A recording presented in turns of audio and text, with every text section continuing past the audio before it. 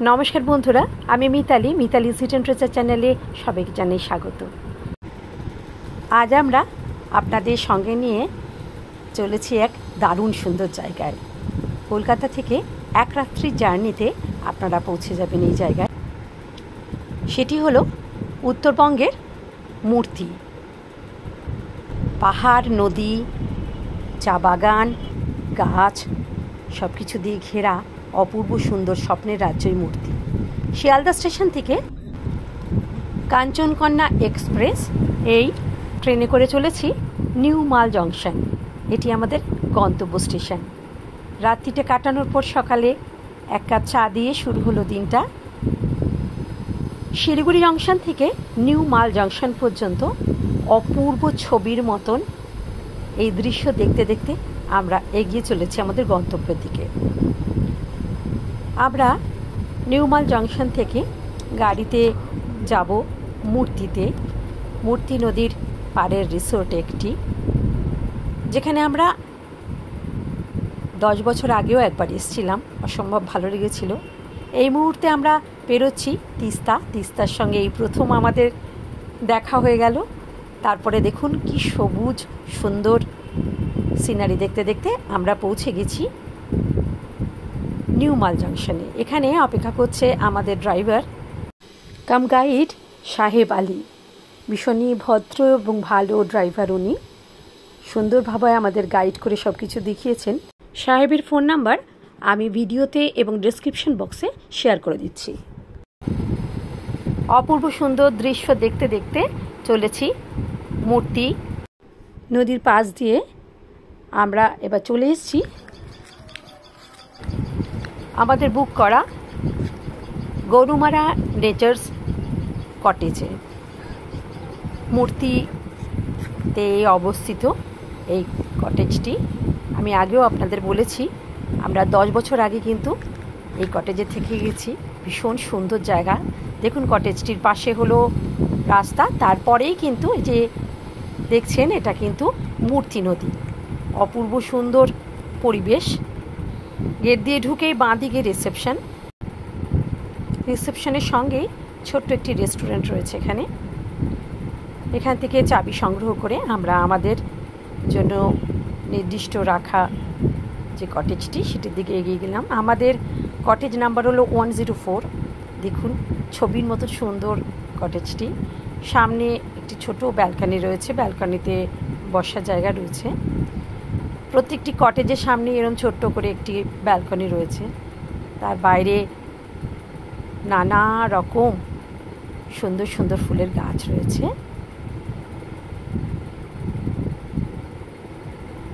অনেক রকমের গাছ দিয়ে ঘেরা প্রত্যেকটি কটেজ। আমরা আগেরবার যখন এখানে এসেছিলাম ভীষণই ভালো লেগেছিল কটেজটি, তাই আমরা আবার দ্বিতীয়বার এখানে এলাম। আগে যেরকম ছিল তার থেকেও সুন্দর করে সাজানো গোছানো হয়েছে এই কটেজগুলি। আমাদের রুমটি একটি এসি ডাবল বেডরুম। ঢোকার এই দরজাটির পরেই রয়েছে পরপর দুটি জানলা। এই জানলা থেকে দেখুন ব্যালকনি, তারপরে রাস্তা, তারপরে কিন্তু নদীও দেখা যাচ্ছে এখান থেকে।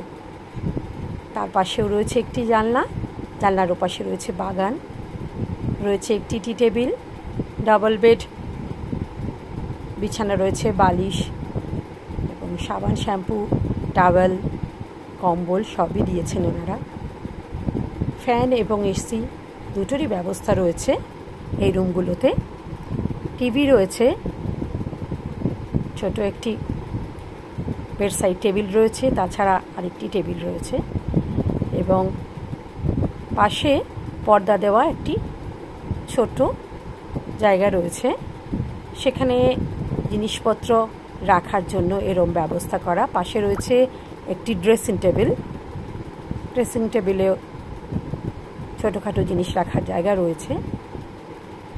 তার পাশেই রয়েছে বাথরুমটি বেশ বড় সড়ো, আধুনিক সব কিছুই এখানে রয়েছে। কমোড, গিজার, এক্সস্ট ফ্যান, তাছাড়া বালতি, মগ সবই তো রয়েছে। তাছাড়া বাথরুমের ভেতরে একটি বেসিন রয়েছে, বেসিনের সঙ্গেও কিন্তু আরেকটি আয়না রয়েছে। খুবই পরিষ্কার পরিচ্ছন্ন বাথরুমটি। গরম জল, ঠান্ডা জল সব কিছু ব্যবস্থাই রয়েছে।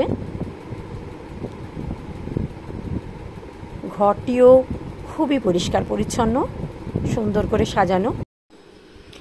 এই কটেজগুলিতে কিন্তু কোনো আলমারির ব্যবস্থা নেই। আপনাদের আগেই দেখিয়েছি যে ঘরের পাশে একটি চেঞ্জিং রুমের মতন ছোট্ট জায়গা আছে, যেখানে জিনিসপত্র রাখার জায়গা রয়েছে। ঘরের পাশেই এই ব্যালকনিতে বসে কিন্তু আপনারা সামনে রাস্তা এবং রাস্তার পাশে নদী সবই এখান থেকে দেখতে পারবেন। মূর্তি নদী স্থলভাগে এখানে সবথেকে সুন্দরভাবে দেখা যায়, তাই আই লাভ মূর্তি লেখাটিও এইখানেই রয়েছে। ঠিক এই কটেজটির বাইরেই প্রচুর লোকজন এখানে আসেন, এখান থেকে আপনারা বসে সব কিছু দেখতে পারবেন। খুব সুন্দরভাবে সামনের এই বাগানটি মেনটেন করা হয়। প্রচুর ফুলের গাছ আছে, খুব সুন্দর সুন্দর ফুলের গাছ আছে। আর আরেকটি কথা হলো, গাড়ি বা টোটো আপনাদের এখানে নিয়ে আসা বা এখান থেকে নিয়ে যাওয়ার জন্য কিন্তু ভেতরে ঢুকতে পারে। এখানকার স্টাফেরাও যথেষ্টই ভালো। আর এই যে দেখছেন রাস্তা, কটেজের পরে রাস্তা, তারপরেই কিন্তু নদী। নদীর ওপাশে কিন্তু গরুমারা। বর্ষাকাল ছাড়া অন্যান্য সময় নদীতে কম জল থাকলে ওপারেও কিন্তু চলে যাওয়া যায়। এখানকার স্টাফেরা ভীষণই সুন্দর ব্যবহার এবং খুব যত্ন করে তাদের কাজগুলো করেন।